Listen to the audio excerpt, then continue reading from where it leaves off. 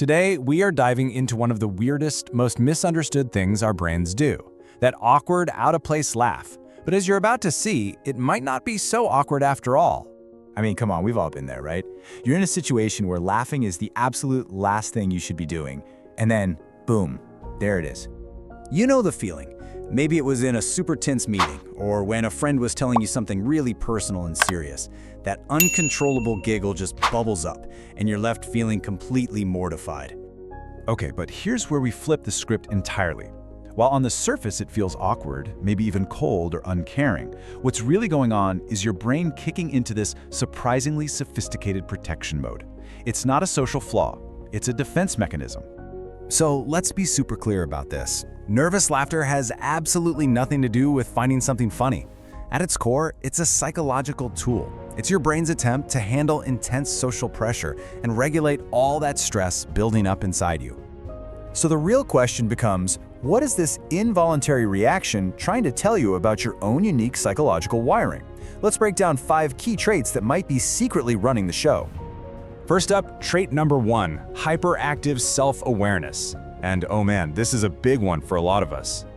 You know, psychologists have a term for this. They call it high self-monitoring. It basically means you are constantly and often subconsciously evaluating how you're coming across to other people. So in any high-stakes moment, your brain clicks into this kind of mild stress mode because it's trying to manage your tone, your facial expressions, your body language, all at the same time. And what's the result of all that intense self-monitoring?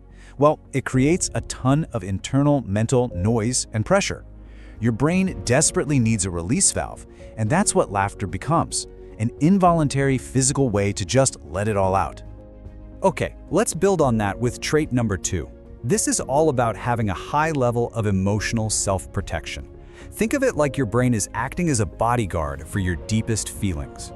You can really see this as a learned shield. Maybe at some point in your past, showing raw vulnerability, things like pain or fear, just didn't feel safe. So your brain did what it does best. It adapted.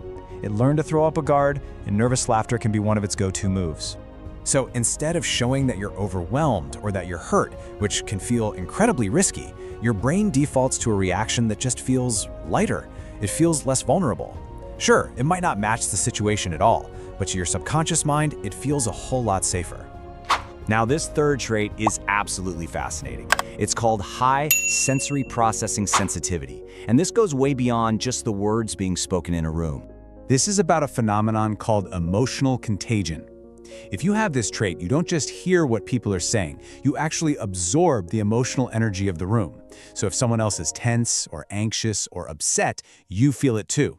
And that can really quickly lead to a state of total psychological overload.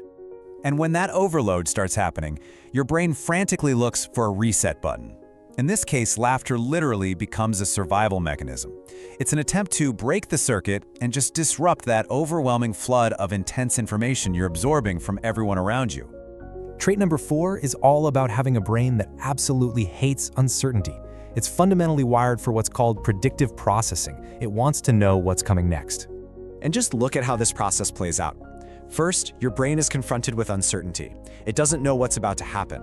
That lack of predictability creates discomfort, and it builds fast. So what does the brain do? It triggers laughter to fill that awkward gap. That little moment buys it crucial time to process and try to get back in the driver's seat. And finally, our 5th trait.